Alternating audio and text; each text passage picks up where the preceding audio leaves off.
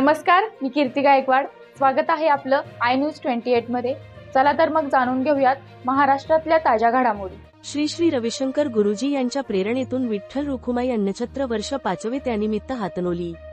श्री श्री रविशंकर गुरुजी यांच्या प्रेरणेतून विठ्ठल रुखुमाई अन्नछत्र वर्ष 5वे त्यानिमित्त हातनोलीमधून महिलांनी महादेव मंदिर समोर एकत्र येऊन भाकरी तयार केल्या व लिंब रोडच्या दुर्गा माता मंडळाने एकत्र येऊन भाकरी तयार केल्या व घरटी 5 भाकरी करून 1300 भाकरी व दही खर्डा घेऊन पुढील वर्षी 2500 भाकरी करण्याचा संकल्प घेण्यात आला. हनुमान मंदिर येथून आरती करून गावातून टाळ मृदंगसह भजन करत हातनोली ते मळशिरस येथे 150 अधिक भाविक भक्तांनी पालखी दर्शन घेण्यात आले. रामकृष्ण हरी माऊली संत तुकाराम महाराज पालखी पुणे संत ज्ञानेश्वर महाराज माऊली पालखी पुणे ते पंढरपूर चालत पायी दिंडी सोहळा आळंदी ते पंढरपूर पायी दिंडी लाखो लोके चालत जातात. त्यांच्या जेवणासाठी अन्नदान सर्वश्रेष्ठ दान मानले जाते.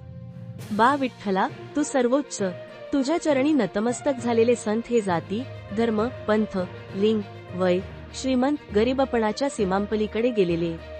त्यांच्या मंदियाळीतून निघणारा मंत्र एकच, समता, ऐक्य, वैश्विक शांतता आणि अखंड मानवजातीचे कल्याण.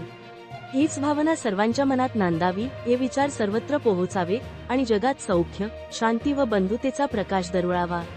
हीच आषाढी एकादशीच्या निमित्ताने तुझ्या चरणी प्रार्थना. तासगाव तहसील रिपोर्टर अंकुश तानाजी सुर्वेची रिपोर्ट.